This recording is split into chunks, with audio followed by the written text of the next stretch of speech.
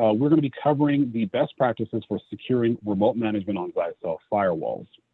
This webinar is going to be a little bit of a refresher on some of the things that I've covered in a previous webinar, along with some new feature firmware enhancements to help secure your firewall. So let's take a look at our agenda for today. First, we're going to take a look at our overall overview of all the threats usually that we see with our firewalls, and that's going to be most of our internal threats that we're looking at. And then secondly, we're going to look at how to secure our remote management. So an overview of our threats. So when you have a firewall, you have a network, you're going to see specific attacks that are occurring on your network. And usually the attacks that are on the rise are going to be your social engineering, which is going to be, an attacker looking to gather some information based on the social aspects of an attack. So they may try to send an email out or maybe look at your social media profile to kind of gather some information about the network or the employees of the network. And they may try to come on site, or they may try to enter your network with this type of information. We also have phishing emails. So phishing emails or phishing attacks are going to be the type of attack where the attacker tries to gain some information by posing as someone within your network. So they may use social engineering first to try to get some information about who's at your location or who's in your company, and then pose as that individual to try to initiate an attack. Another option is going to be your malware virus or your botnets. And those are your more extreme types of threats, usually when someone already has access to your network. And that's going to be either through someone downloading an improper file, or they have a USB flash drive that's been infected and it infects the local part of your network. Now, when it comes to your threats, the statistics on it show that 54% of all small businesses don't think that they're target for a cyber attack. And so you have to understand that even though you think you may not be, prone for an attack, that doesn't mean that the bad actors out on the internet are looking to target your infrastructure or your business. Also, we see that when small businesses that are victims of cyber attacks, they go out of business within 6 months. And this could be from your type of ransomware type of viruses where they're demanding payment, where they've crypto locked all the devices on the network, and that network is unsalvageable, so they are not able to retain their business and they have to go out of business. So additionally, usually we see that the increases are actually increasing year by year.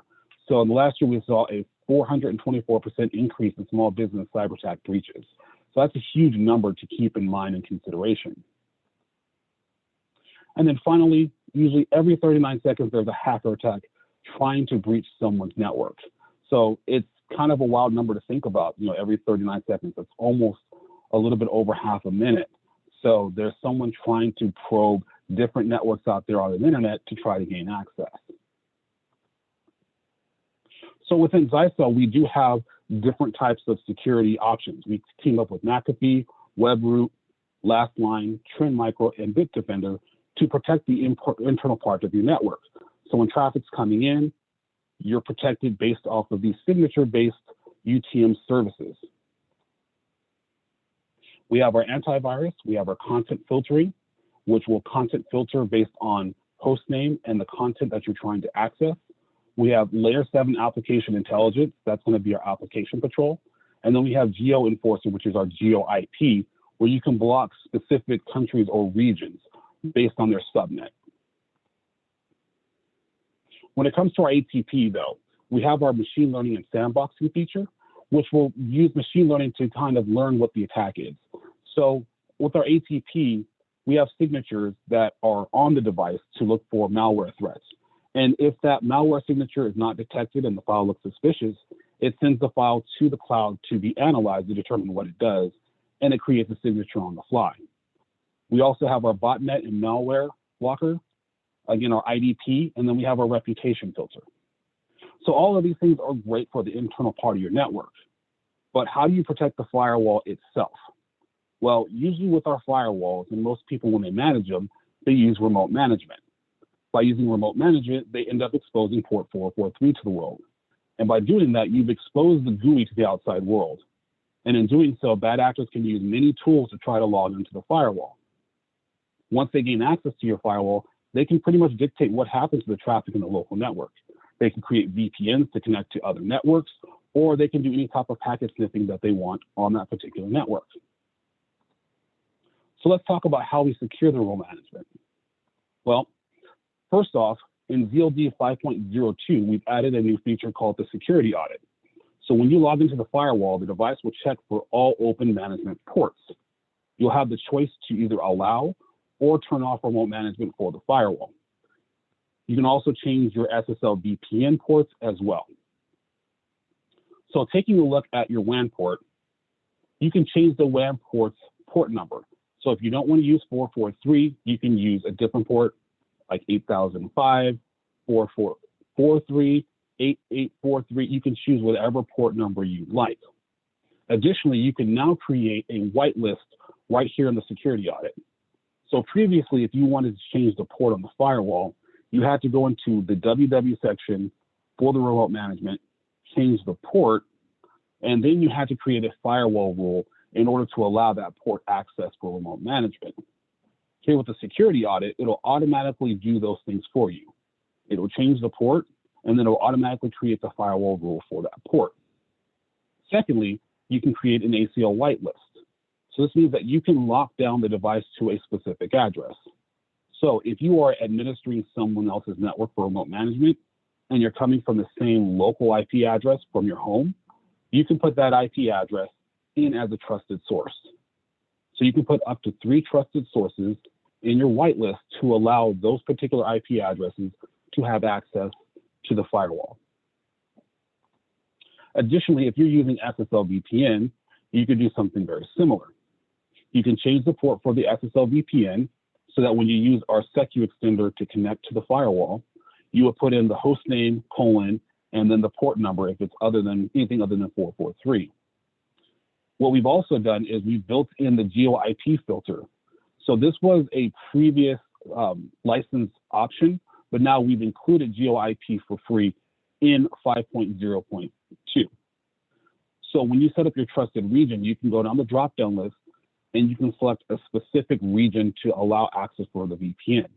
That means that if that region is outside of what you have as a trusted region, they will no longer be able to access your SSL VPN.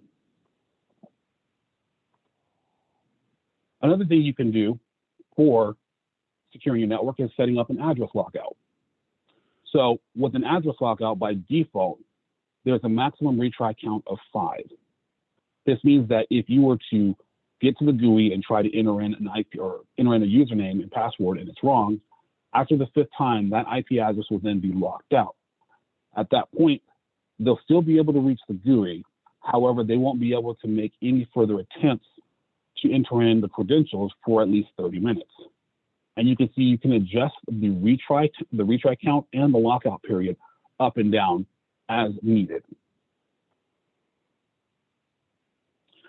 One of the things that we've always recommended when it comes to remote management, though, is going to be remote managing with an IPsec VPN. Sure, you can use the open port 443 or whatever port you choose and lock it down. However, that's not always going to be the most securest option. And that can be mainly because that if you have your ports open, that's just going to be a way for a hacker to get in. We always recommend leaving your remote management ports closed whenever possible and implementing a VPN when you can. When you implement an IPsec VPN, it's going to be the most secure method to connect into your network to administer the firewall. It doesn't require your HTTPS ports to be exposed. However, it does require a device behind the network to have local access to the IP address. So that does mean that you have to have a device on the local side of the network that you're going to connect to. When you connect with your VPN, if you need to do any type of administration, you can use your local IP address, connecting to the firewall, and then access the local side of the firewall. And the reason why it's more safer than using remote management HTTPS ports is because with VPNs, you have your encryption algorithms, you have your phase 1, you have your phase 2, and then you also have extended authentication options like XAuth, where you can have it tied to an AV server or a type of radius server. Now, this is a short webinar. We do have it open for a quick Q&A because I know there's a lot of questions that some people have come to us in regards to this new security measure. So I'm going to leave the floor open for Q&A. All right, Marcus, we do have some questions here. First question, okay. if I change my port for SSL VPN, won't that make the GUI accessible on that port? That's a great question. That's a couple questions that have come up recently in the past couple weeks. The way that it works is when you have a specific port exposed on the remote management port, that's the only port that it's going to respond to. So if your remote management port is set to 443, but your SSL VPN is set to 444, the firewall GUI will only come up on 443. So if you even if you turn remote management off and you leave 444 exposed for the SSL VPN, the GUI won't come up because it's not going to answer to that particular port. So it's completely safe to have them segregated in such a way by leaving your 444 port open for your SSL VPN because it won't bring up the web GUI. In the past, when we were using the older version of SSL VPN, it did require users to log in via the GUI interface in order to get access to the SSL VPN tunnel. However, that is no longer the case. You now just have to go in with the SecU extender. All right, good answer. Second one, what happens if I set my lockout on the admin to 2 attempts and I lock myself out? What can I do?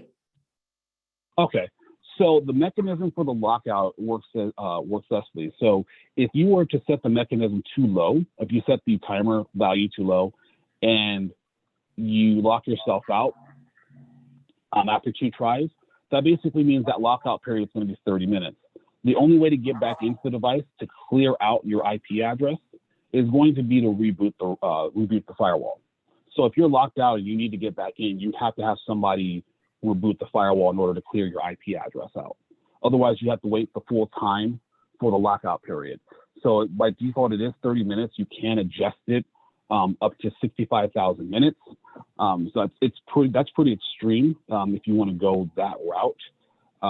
But that's what's going to happen once you get locked out. You basically have to wait for the timer to expire, and then that basic timer is roughly it's 45 days at the max. So you can lock someone out for 45 days maximum. Great. All right. Does the security audit scan for other open ports? No, it does not. It only scans for those ports that are tied to either remote management or SSL VPN. There is another option for Google Authenticator. However, that's something that I'm going to have to cover in another webinar when we talk about Google Authentication, because you can change the port. But it mainly just covers your SSL VPN ports, and it also covers your remote management ports. So if it detects those ports are open, it'll give you the security audit, and then it'll ask you what you would want to do, either disable the remote management or SSL VPN or change the ports with the addition of adding in an ACL list. Awesome. All right. Another question from Peter. If we are managing via Nebula, do we need to remote access? If yes, for what functions or features?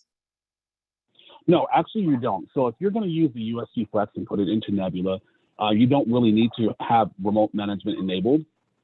The only time you would ever really need to do any type of remote management is if our engineers ask you to enable it for remote commands. So there are some CLI high-level commands that they can run that do require remote management.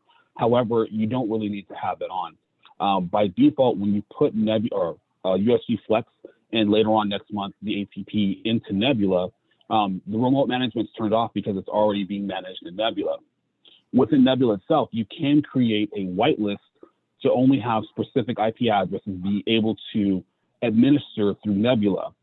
So they can't make any changes or anything, so they can't even access the Nebula portal unless their IP address is in that whitelist. So again, Nebula has kind of the same features when it comes to setting up an ACL, but as far as the GUI is concerned, when it's in Nebula, you can't access it by default. You have to actually go in and enable it yourself. And there really isn't any reason to enable it in Nebula unless one of our engineers in HQ requests that you do so. Okay, great. Okay, you mentioned IPSec VPN, could we also use programs like remote desktop or team viewer?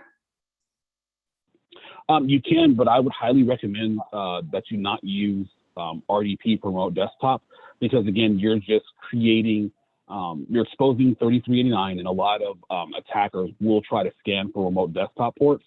And then once they get access via remote desktop, they can just do maybe like a brute force attack or dictionary attack on that particular machine to try to gain access to it.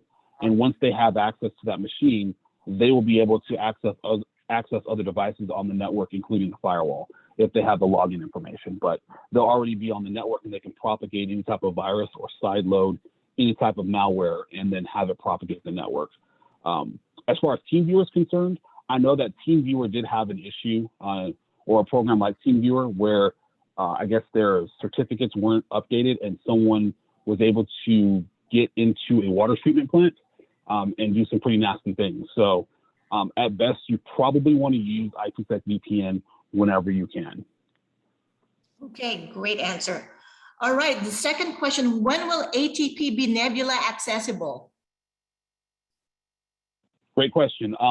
We've been told it's going to be the end of next month, so the end of September. So they look to have an announcement for that in the next coming weeks, but we were told it's going to be the end of September. We will have a webinar on that, I believe sometime in October when the announcement goes out. Okay, great. And that wraps up all the questions, Marcus. All right, sounds good. I know this was a short I know this was a short webinar. We just wanted to cover the specifics when it comes to this new security audit. We've been getting a lot of questions in regards to it. So I'm hoping that this webinar kind of covered everything that any customer may have in regards to what it is and why are they getting this audit screen. So as far as next webinars, for the next webinar, we will actually be covering the UTM features on Nebula Flex. We've been getting a lot of requests for that. So next month, I will be hosting the webinar on how to configure the UTM services for the Nebula Flex. And then hopefully in October, I will repeat that webinar for the ATP, as there will be some differences between the Flex and the ATP. So it'll be a little bit of a refresher for some services, but things like sandboxing for the ATP, that'll be covered in October's webinar. All right. Thank you, Marcus. Thanks for that informative webinar, short but sweet. That wraps our webinar for today, and we look forward to seeing you again on our next webinar. Have a great day, guys. Thank you. Thank you, everybody. Thank you, everyone.